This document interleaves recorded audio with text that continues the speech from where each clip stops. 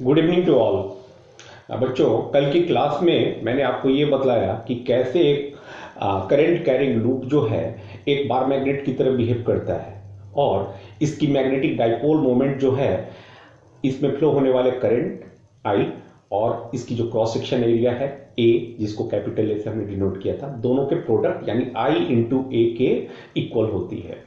साथ ही मैंने ये भी बताया कि मैग्नेटिक डाइपोल मोमेंट तो एक वेक्टर क्वांटिटी है, तो इसकी डायरेक्शन वही राइट हैंडेड थंब रूल के द्वारा हम डिसाइड कर लेते हैं।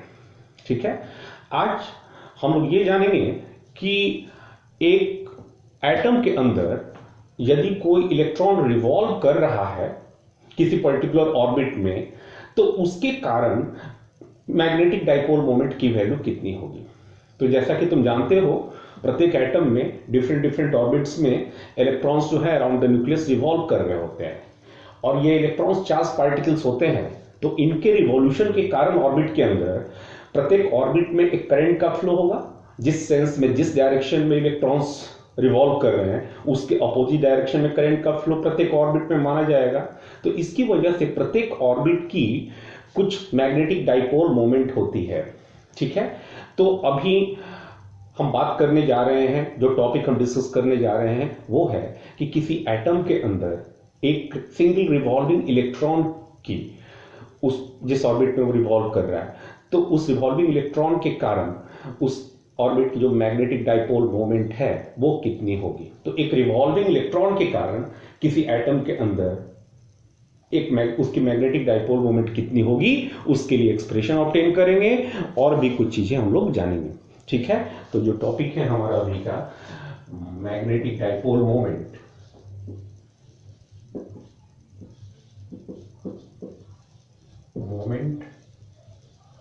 Of A revolving electron in an atom. ठीक है, तो मान लो कि ये न्यूक्लियस है जहां पर कुछ चार्ज की मौजूदगी है, पॉजिटिव चार्ज मौजूद है और इसके चारों ओर सर्कुलर ऑर्बिट में, आर मीटर रेडियस की सर्कुलर ऑर्बिट में एक इलेक्ट्रॉन जो है v वेलोसिटी के साथ, मेरा मतलब स्पीड इलेक्ट्रॉन की v है और डायरेक्शन तो बदलते ही रहेगा जैसे तुम लोग जानते हो। ठीक है, तो एक इलेक्ट्रॉन जो है मान लो v वेलोसिटी के साथ ये around the nucleus circular orbit में, जिसकी रेडियस r है, इस सेंस में रिवॉल्व कर रहा है। ठीक है, ये एंटी क्लॉकवाइज सेंस में रिवॉल्व कर रहा है अराउंड द न्यूक्लियस। ठीक है, तो ये बताओ कि इस रिवॉल्विंग इलेक्ट्रॉन के कारण, इलेक्ट्रॉन इधर रिवॉल्व कर रहा है, क्योंकि नेगेटिव चार्ज पार्टिकल है तो इसके कारण करंट का फ्लो क्लॉकवाइज सेंस में होगा, तो ये इस सेंस में करंट का फ्लो होगा। तो ये बताओ सबसे पहले कि how much current will flow in the orbit. तो तुम जानते हो कि करंट जो है I is equal to net charge upon time होगा। मान लो कि ये इलेक्ट्रॉन t सेकंड का वक्त लेता है वन कंप्लीट रिवॉल्यूशन में, जो कि इसकी टाइम पीरियड होगी। ठीक है, तो एक रिवॉल्यूशन में कितना चार्ज फ्लो हो जाएगा इस ऑर्बिट में, तो एक इलेक्ट्रॉन के बराबर चार्ज का फ्लो हो जाएगा, जिसको हमने स्मॉल ई लिया, जिसकी वैल्यू आप जानते हो 1.6 इंटू 10⁻⁻19 कूलम। और वन रिवॉल्यूशन में यदि t सेकंड का वक्त लगता है, टाइम पीरियड ऑफ रिवॉल्यूशन, तो E अपॉन टी इतना करंट का फ्लो ऑर्बिट में हो रहा होगा और करंट के फ्लो की दिशा ये होगी। ठीक है, तो I is equal to E upon T हो जाएगा। ठीक है, अब सवाल है कि t की वैल्यू कैसे निकालेंगे। तो मैंने बताया कि ऑर्बिट सर्कुलर है, ठीक है, और r मीटर की रेडियस ऑर्बिट है, तो ये पूरा सर्कमफेरेंस जो है 2πr हो जाएगा। ठीक है, स्पीड इलेक्ट्रॉन की भी हमने ले रखी है, तो 2πr अपॉन v जो होगा ये t के बराबर होगा। ठीक है, तो t की वैल्यू जो है हो जाएगी आपकी 2πr अपॉन v, राइट। तो इसको हम भी लिख सकते हैं कि so current is equal to v ऊपर आ जाएगा ev अपॉन 2πr के बराबर। तो this much current will flow in the orbit in clockwise sense if electron is flowing electron is revolving in anti clockwise sense. समझ में आ रही बात? ठीक है। अच्छा, तो आई की वैल्यू हमने निकाल ली, फ्लो होने वाले करंट की वैल्यू। साथ ही इस पूरे ऑर्बिट की जो कि सर्कुलर क्रॉस सेक्शन एरिया वाली है, इसकी क्रॉस सेक्शन वैल्यू कितनी हो जाएगी? जाहिर सी बात है, कैपिटल ए की वैल्यू कितनी हो जाएगी? Cross section area pi r square. ठीक है, तो as A is equal to pi r square, ठीक है, क्रॉस सेक्शन एरिया हो गया इतना।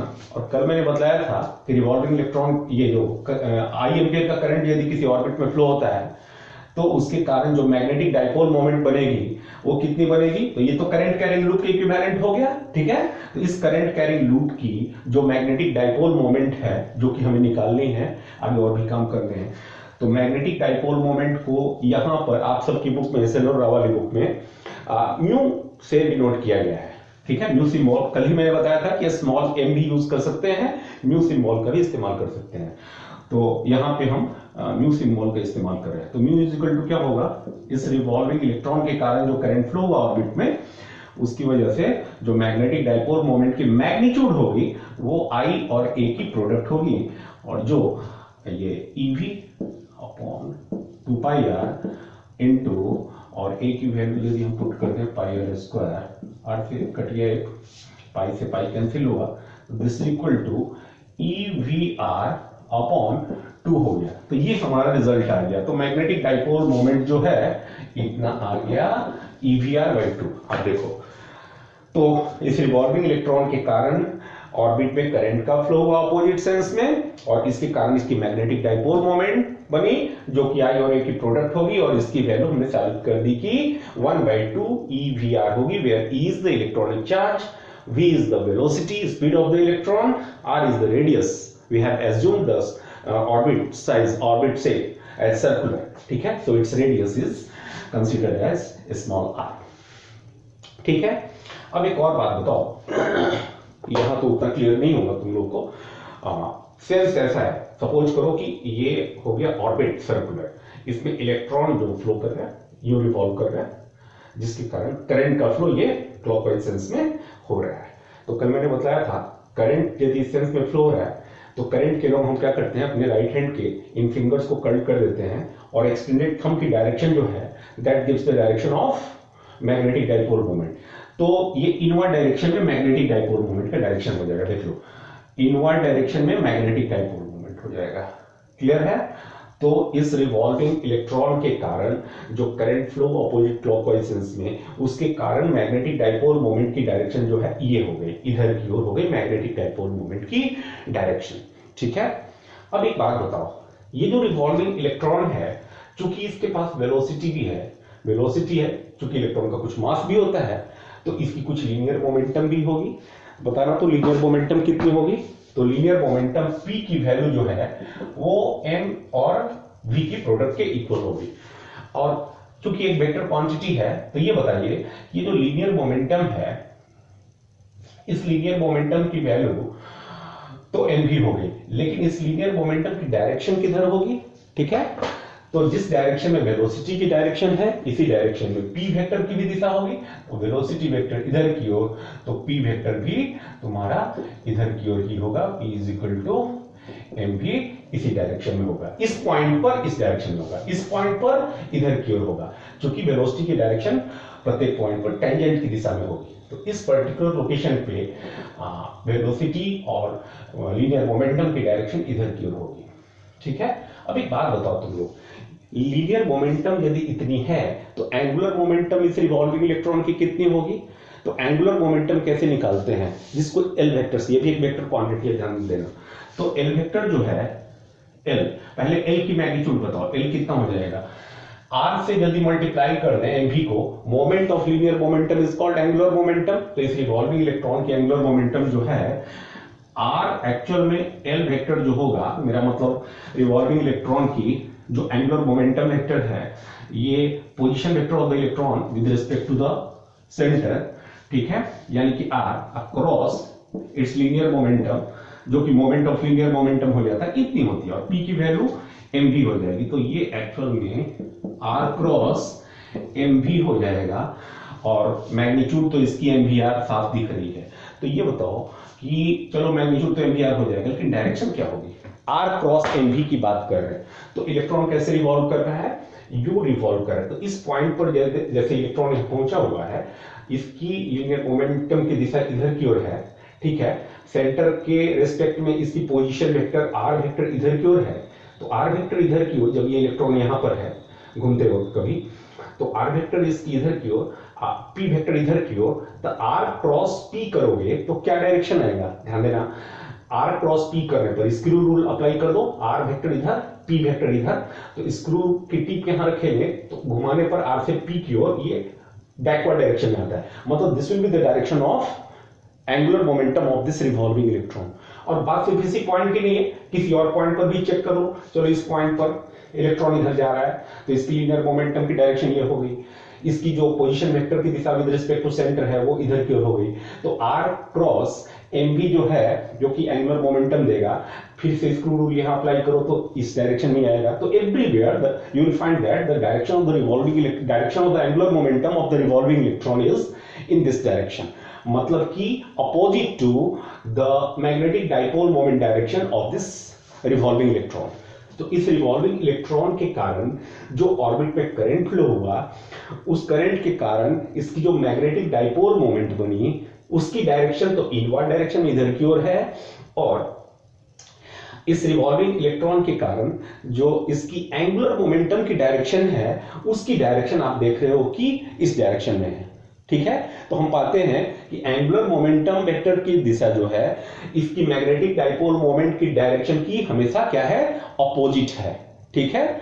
तो दोनों वेक्टर्स अपोजिट हैं। तो दो वेक्टर हो गए कौन कौन, एंगुलर मोमेंटम वेक्टर की डायरेक्शन इधर की ओर, ठीक है, और मैग्नेटिक डाइपोल मोमेंट की डायरेक्शन इधर की ओर है, ठीक है। वो तो इस जब इलेक्ट्रॉन एंटी क्लॉकवाइज सेंस में फ्लो हो रहा है, तो जल्दी इलेक्ट्रॉन क्लॉकवाइज सेंस में फ्लो होगा तो दोनों की डायरेक्शन अपोजिट हो जाएगी, तब मैग्नेटिक डाइपोल मोमेंट की दिशा इधर होगी और एंगुलर मोमेंटम की दिशा इधर होगी, लेकिन हर हालत में इन दोनों वेक्टर्स की दिशा अपोजिट रहेगी।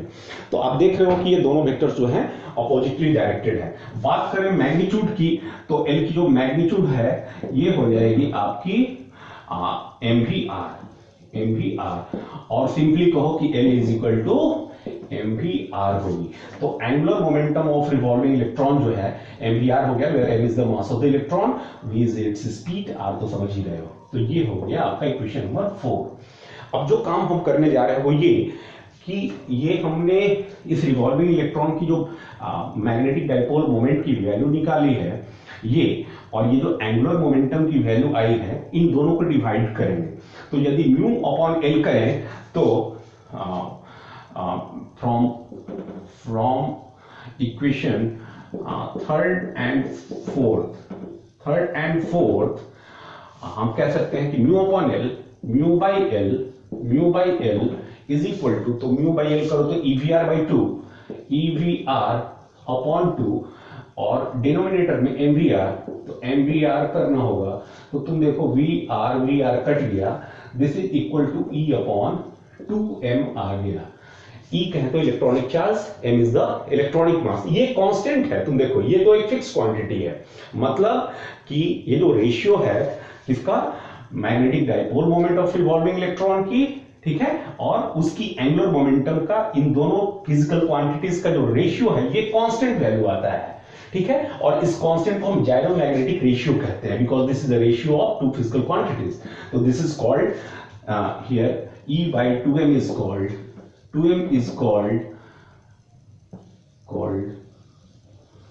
gyromagnetic ratio. और इसकी वैल्यू जो है, ये फिक्स वैल्यू जो है कितनी होती है, तो स्मॉल ई की वैल्यू पुट करो तो ये वैल्यू हो जाएगी 1.6 into 10 to power minus 27 coulomb upon twice of 9.1 into 10 to power minus 31 kilogram. तो ये रेशियो वर्कआउट करने पर तुम्हारा आ जाएगा 8.8 into 10 to power 8.8 into 10 to power 10 coulomb पर केजी हो जाएगा। कूलम पर केजी क्यों, तो देखो इसकी यूनिट ऊपर में कूलम है, नीचे में किलोग्राम है। तो आपने देखा कि रिवॉल्विंग इलेक्ट्रॉन की मैग्नेटिक डाइपोल मोमेंट कितनी होती है, इसकी एंगुलर मोमेंटम कितनी होती है और इनका रेशियो जो जायरोमैग्नेटिक रेशियो होता है जो कि फिक्स्ड कांस्टेंट क्वांटिटी है उसकी वैल्यू कितनी आती है, इनकी यूनिट क्या है।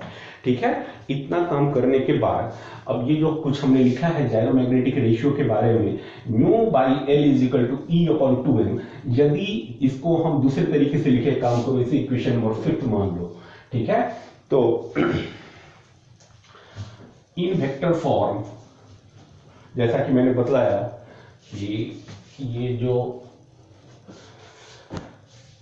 रेशियो है mu by L as mu upon L is equal to E by 2m. So mu is equal to E upon 2m into L. इसको इक्वेशन नंबर 6 से शो करते हैं, 6 से रिप्रेजेंट करते हैं। क्लियर है, mu is equal to E by 2m into L हो जाएगा। अब जैसा कि L एक वेक्टर क्वांटिटी है, mu is another vector quantity, मैं बता चुका हूं मैं, दोनों अपोजिटली डायरेक्टेड होते हैं। तो यदि इसको वेक्टर फॉर्म में पुट करना हो तो in vector form mu is equal to mu vector form में लिखेंगे E अपॉन 2m और L वेक्टर। लेकिन क्या करना होगा, साथ में हमें एक नेगेटिव साइन एसोसिएट करना होगा। ये नेगेटिव साइन इंडिकेशन दे रहा है कि mu vector magnetic dipole moment vector revolving electron की and its angular momentum both are oppositely directed as I explain you. ठीक है, अब क्या है कि बात करें तो Bohr's quantization of angular momentum तुमने लर्न किया होगा केमिस्ट्री से लेकर के फिजिक्स तक। ठीक है, और तुमने ये जाना कि बोर्स क्वांटाइजेशन में जो एंगुलर मोमेंटम की है वो ये कहती है कि from Bohr's quantization principle for angular momentum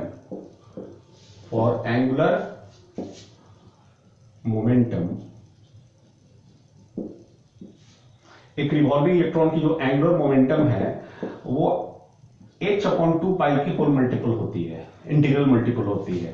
तो L is equal to n h upon 2 pi होता है, where n is equal to 1 to ये प्रिंसिपल क्वांटम नंबर जो है आपका ये होता है। ठीक है, अब L की इस वैल्यू को यदि हम सब्स्टिट्यूट कर दें यहां पर इक्वेशन नंबर 6 में, तो इसको कह लो इक्वेशन 7। तो from 6 and 7 from equation 6 and 7 हम कह सकते हैं कि mu is equal to E by 2m, यहां मैं वेक्टर फॉर्म में नहीं लिख रहा हूं, और L की बात करें तो L की जगह NH अपॉन 2 पाई अगर किया जाए तो ये हो गया आपका कि mu is equal to NEH upon ये 2 into 2 that is 4 pi m, या यूं कहो कि n को अलग कर देते हैं हम और EH अपॉन 4 पाई m। तो ये हो गया किसी एटम के अंदर किसी पर्टिकुलर ऑर्बिट nth ऑर्बिट में रिवॉल्विंग इलेक्ट्रॉन की जो एंगुलर मोमेंटम है उसकी value n times EH upon 4 pi m होती है। ये भी एक कांस्टेंट है, तुम देखो EH अपॉन 4 पाई m। तो यदि हाइड्रोजन जैसे एटम की बात करें जिसमें एक ही ऑर्बिट है, तो किसी भी एटम के यदि फर्स्ट ऑर्बिट में बात करी जाए तो in first orbit for first orbit n की वैल्यू 1 हो जाएगी। जब 1 हो जाएगी तो उस फर्स्ट ऑर्बिट में रिवॉल्विंग इलेक्ट्रॉन की मैग्नेटिक डाइपोल मोमेंट की वैल्यू कितनी हो जाएगी, n is equal to 1 put करने पर एक काम करो, इसे इक्वेशन नंबर तुम 8 मान लो। ठीक है, अब इसमें n की वैल्यू 1 सब्स्टिट्यूट करें तो जो कुछ बचेगा वो है EH अपॉन 4 पाई m, और ये कांस्टेंट क्वांटिटी होगी। इसको वर्कआउट करेंगे तो हम पाएंगे कि एक फिक्स वैल्यू आती है, और एक काम करो दिस इज इक्वल पुट कर दो इन वैल्यूज को, तो E की value 1.6 into 10 to power minus 19 coulomb into H तुम जानते हो 6.67 into 10 to power minus 34 joule second होती है, डिवाइडेड बाई ये 4 पाई 4 इंटू 22/7 इंटू m कर दो 9.1 into 10 to power minus 31 kilogram. तो ये वर्कआउट करने पर जो तुम्हारा रिजल्ट आएगा ये आ जाएगा 9.27 इंटू 10 टू पावर माइनस 24 और चूंकि ये क्या है, ये मैग्नेटिक डाइपोल मोमेंट है रिवॉल्विंग इलेक्ट्रॉन की, तो इसकी यूनिट होगी एम्पियर मीटर स्क्वायर, ठीक है। और ये जो है रिवॉल्विंग इलेक्ट्रॉन की सबसे कम एंगुलर मोमेंटम है, सबसे कम वैल्यू है मैग्नेटिक डाइपोल मोमेंट की, sorry the minimum value of, ये एक तरह से minimum value of magnetic dipole moment एक रिवॉल्विंग इलेक्ट्रॉन की किसी एटम के अंदर, वो फर्स्ट ऑर्बिट में जब वो रिवॉल्व कर रहा होता है वहां होती है, और वो मिनिमम वैल्यू जो है इतनी एम्पियर मीटर स्क्वायर होती है। और इस minimum value of magnetic dipole moment को हम 1 बोर मैग्नेटॉन भी कहते हैं, 1 BM, ठीक है। BM का मतलब बोर मैग्नेटॉन।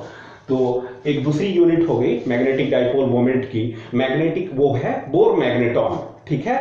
तो इस बोर मैग्नेटॉन याद रखना, B stands for bore, M मतलब मैग्नेटॉन, तो बोर मैग्नेटॉन। तो पूछा जाएगा कि 1 बोर मैग्नेटॉन की वैल्यू निकालो, तो इस तरीके से निकालोगे। तो हमने देखा कि कैसे किसी एटम के अंदर एक रिवॉल्विंग इलेक्ट्रॉन जो है वो भी एक टीनी मैग्नेट की तरह बिहेव करता है, उसका भी अपना कुछ मैग्नेटिक डाइपोल मोमेंट वैल्यू होता है, और वो सारे कैलकुलेशंस हमने कर दिए। ये बहुत ही इंपॉर्टेंट क्वेश्चन है from your examination point of view, ठीक है। और यही कारण है कि चूंकि हर एटम तो अलग अलग नंबर ऑफ इलेक्ट्रॉन से बना हुआ है, डिफरेंट टाइप्स ऑफ साइज के ऑर्बिट्स हैं, डिफरेंट ऑर्बिट में जो रिवॉल्विंग इलेक्ट्रॉन हैं, उसके कारण क्या होता है कि डिफरेंट एटम्स जो हैं, डिफरेंट टाइप्स के जो एटम्स हैं वो different types of magnetic character रखते हैं, different types of magnetic behaviour show करते हैं। अब जैसे डाईमैग्नेटिक सब्सटेंसेस की बात करें, जो कि एक मैग्नेटिक फील्ड में रखे जाने पर उससे पुअरली रिपेल्ड होते हैं, तो ये ऐसे एटम से बने होते हैं जिसमें एटलीस्ट 1 इलेक्ट्रॉन जो है अनपेयर्ड होता है। बात पैरामैग्नेटिक मटेरियल्स की करें तो ये ऐसे एटम से, ऐसे इलेक्ट्रॉन से बने हुए हैं, ये एटम्स ऐसे होते हैं जिनमें इलेक्ट्रॉन्स की संख्या पेयर्ड होती है, तो इनकी कहानी थोड़ी अलग हो जाती है। और फेरोमैग्नेटिक मटेरियल्स जो हैं उनमें इलेक्ट्रॉन्स इस तरह से रिवॉल्व कर रहे होते हैं जिसके कारण जो रिवॉल्विंग इलेक्ट्रॉन की मैग्नेटिक डाइपोल मोमेंट हो वो बहुत स्ट्रांग होती है। साथ ही इनके क्रिस्टल में जो एटम्स हैं उनके जो मैग्नेटिक डाइपोल मोमेंट्स हैं वो एक डोमेन में अरेंज होने की वजह से बहुत ही स्ट्रॉन्ग मैग्नेटिक डाइपोल मोमेंट बनती है। तो चूंकि वो सब चीज़ें अभी हमें पढ़नी नहीं है, लेकिन बस इतना ही शॉर्ट में कहेंगे कि ये जो different types of magnetic behaviours हैं, डाईमैग्नेटिज्म, पैरामैग्नेटिज्म, फेरोमैग्नेटिज्म, फेरीमैग्नेटिज्म, एंटी फेरीमैग्नेटिज्म, ये सारे कैरेक्टर्स जो हैं इन इलेक्ट्रॉन्स के डिफरेंट ऑर्बिट्स में अराउंड द न्यूक्लियस रिवॉल्व करने की वजह से उत्पन्न होता है, ठीक है, और इलेक्ट्रॉन्स के डिफरेंट कॉन्फ़िगरेशंस होने की वजह से उत्पन्न होता है। साथ ही मत भूलो कि इलेक्ट्रॉन्स अपनी ओन एक्सिस के अराउंड ही स्पिन होती है, उसके कारण भी एक small magnetic dipole moment create होती है। तो net overall magnetic dipole moment जो एक पूरे एटम की होती है वो सभी इलेक्ट्रॉन्स की मैग्नेटिक डाइपोल मोमेंट का वेक्टर, कौन सा मैग्नेटिक डाइपोल मोमेंट, रिवॉल्यूशन के कारण अराउंड द न्यूक्लियस, और दूसरा उनके ओन एक्सिस पर स्पिन होने के कारण, इन सब का वेक्टर सम होता है। तो चीज़ें जो है बहुत ही काफ़ी कॉम्प्लेक्स हो जाएंगी। फिलहाल आपको जितना पढ़ना था उतना मैंने बता दिया, कल कुछ न्यूमेरिकल्स करेंगे हम लोग, अभी के लिए इतना ही। Thank you.